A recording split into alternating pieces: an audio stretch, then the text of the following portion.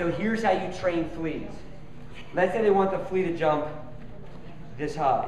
What they do is they get a jar, they put the flea in the jar, and they put a lid on it. And in the beginning, the flea starts hitting its head like this. But after a while, it doesn't want to hit its head anymore, so it just jumps a little bit less than that.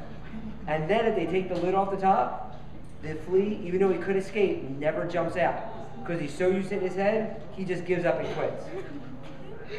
Well, we got to make sure that we don't do the same thing. Let's say we're studying in school for a test, and we don't get a good grade. And then the next test, we don't get a good grade. The next test, we don't get a good grade. We could say, oh, I guess we're not smart enough. Or we can say, you know what, I got to figure out a different way to study for my test. That would be the smart way to handle it. Or maybe you're having trouble memorizing your kata. That just tells me that you have to figure out a different way to practice your kata so you can memorize it easier. Or, oh, you know, I'm not really good at those kicks. That tells me you got to practice them differently. So you got to make sure, like I watch some people in class, and they do mess up a lot. But they keep working so they can eventually get up here. You got to make sure you do the same thing all the time. Does that make sense? Yes, sir! What's our goal? Black belt excellence! You guys are rocking.